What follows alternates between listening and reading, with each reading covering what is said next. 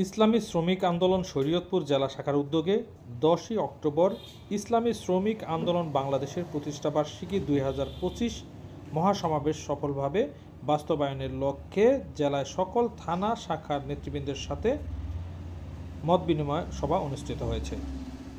জেলা শহরের পুলিশ লাইনে দলীয় কার্যালয়ের সোমবার বিকেলে অনুষ্ঠিত এই মত বিনিময় সভায় প্রধান অতিথি হিসেবে বক্তব্য রাখেন বাংলাদেশ মুজাহিদ কমিটির কেন্দ্রীয় সহ সাংগঠনিক সম্পাদক আলহাজ হাফেজ কেরামত আলী।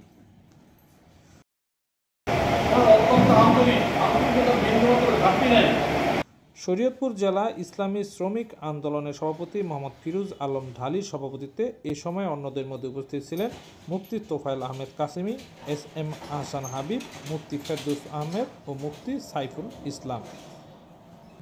সভা সঞ্চালনা করেন ইসলামী শ্রমিক আন্দোলন শরীয়তপুর জেলা শাখার সাধারণ সম্পাদক হাবিবুর রহমান মকদম।